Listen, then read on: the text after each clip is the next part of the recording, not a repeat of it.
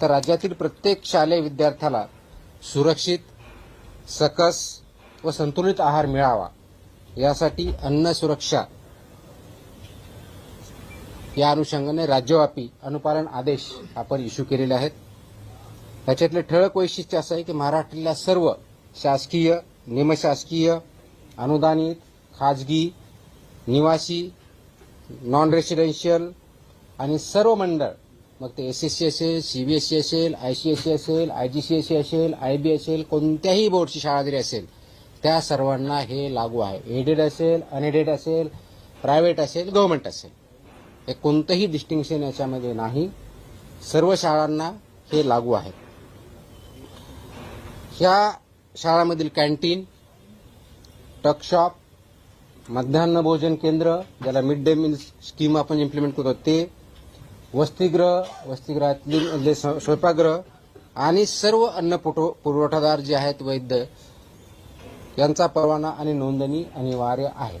म्हणजे काय, शाळेमध्ये जे कॅन्टीन असेल किंवा जे मिड डे मील स्कूलमध्ये जे प्रोव्हाइड करतात ते असतील किंवा अंगणवाडीमध्ये जे कॉन्ट्रॅक्टर असतील यांना हे फक्त फसाई लायसन्स असणारेच असू शकतात। जर नसतील तर त्यांना लायसन्सवालेच अपॉइंट करावे लागतील।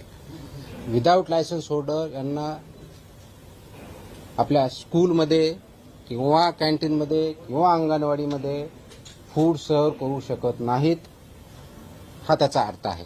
त्या अनुषंगाने त्यांना सर्वांना लागू आहे। त्याचप्रमाणे शाळेच्या आवारात आणि शाळेच्या आउटस्कर्ट म्हणजे भिंतीपासून, ज्याला आउटर साइड ज्याला म्हणतो, त्यापासून 50 मीटरपर्यंत ज्याला HFSS अन्नपदार्थ म्हणतो त्याची विक्री, जाहिरात, विपणन व मोफत वितरणास प्रतिबंध घातलेला आहे। I repeat, and this is very important issue.